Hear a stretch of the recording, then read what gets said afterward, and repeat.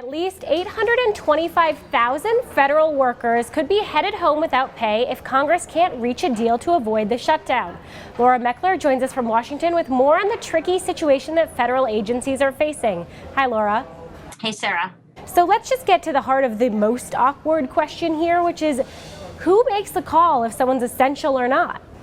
Well, the agencies each do that one by one. They all decide for themselves who's essential. And there's a basic definition that guides them. It's if you're necessary to protect life or property. But that's kind of mushy, and people decide for themselves, what that means. So, for instance, at the NIH, they think it's very important to protect the mice and the rats that they've bred over many years for the experiments that they do. So the people who care for those animals will be on duty. But over at the EPA, essentially, which obviously their work is in the long term going to affect human life, but in the short term, not so much. So almost the entire agency will be put on furlough.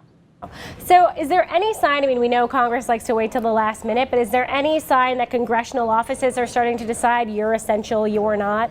Yeah, the congressional offices have to make the same call that any of the other agencies do. They're each their own little fiefdom in Congress. They decide. Each member of Congress has his or her own staff and gets to decide. But essentially, again, it's a call that each member gets to make for themselves. And evidently, the rules are so squishy over there that an office could decide that, hey, my entire staff is essential. They all have to stay. So it's going to really be on a case by case basis. I'm sure that some members will get by with a very skeleton staff, and others will just keep everyone on board. All right, and you mentioned the EPA, but are there other big agencies that are essentially completely shutting down where there are so few employees who are sort of considered essential under this definition?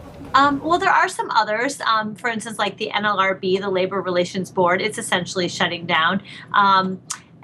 But then there are other agencies that even if they don't necessarily have everybody being essential, they have other ways to keep themselves funded. Either their money comes from a different stream or they have leftover money from the fiscal year that's ending just now. Like, for instance, at the State Department, there aren't going to be that many furloughs because a lot of these people still have money in their accounts and they can go for a few days. So it really does depend on a case-by-case basis. All right, and this is, of course, a pressing question for Washingtonians. What is going to happen to the National Zoo's panda cam?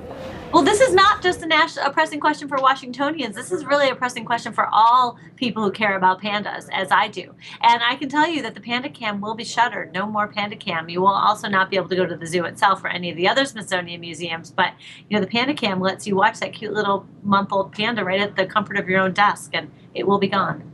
And we just showed the last glimpse of the panda cam. If the government shuts down tomorrow, you won't get to see that anymore, unfortunately.